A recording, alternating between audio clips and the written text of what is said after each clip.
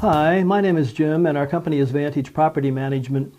Someone recently suggested to me in one of these seminars that we do that we discuss the scenario where you're a property owner, you live in a home in Maryland, and your employer has decided that you're needed elsewhere, either somewhere else in the country or somewhere else in the world. So you have the decision, do I sell the Maryland house or do I maybe keep it as a rental? Well, the quick, simple answer is, of course, sell it. Be done with it, get rid of the headaches, get rid of the hassles, and call it a day. But is that possibly the best decision? And I could throw you all kinds of numbers on rates of return and how it beats the stock market and everything like that. But I want to tell you a true story that just unfolded a couple of weeks ago. We have a property that we've been managing for a little over 18 years. The owners are now on the West Coast. And the property was coming up for re-rent, and part of the process is we do a market analysis to see what the highest and best rent would be to the new tenant. And in the course of doing that, the owner said, well, Jim, this is probably going to be the last time we're going to rent the property.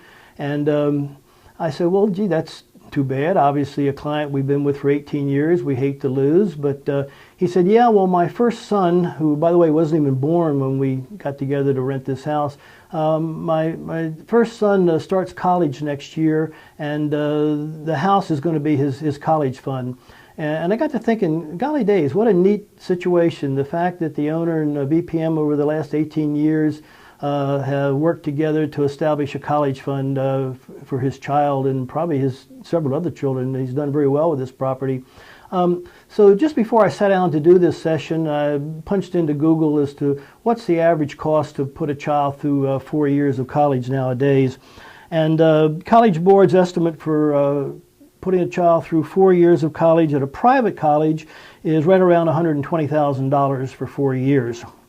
If you're lucky enough to be in a state where you've got a good state college and your child elects to go there, you can get away for just around $36,000 for 4 years. But if your child elects to attend a state college, which they would be out of state, it's going to run you almost $90,000 a year.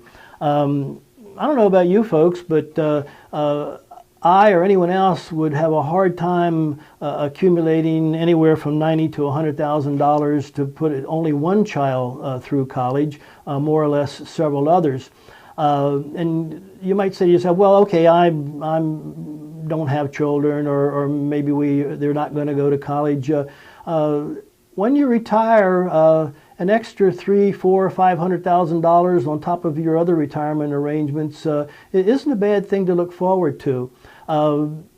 As I say, you can crunch numbers, and obviously there's some things you have to consider. You're going to replace several hot water heaters in that time, and maybe a roof and things like that. But still, after all expenses, what a nice extra nest egg, either for a college fund or for just additional retirement. So that's something to weigh when you're at that decision. Do I sell the home and just call it a day, or maybe put it into rental and tuck away a nice nest egg like this?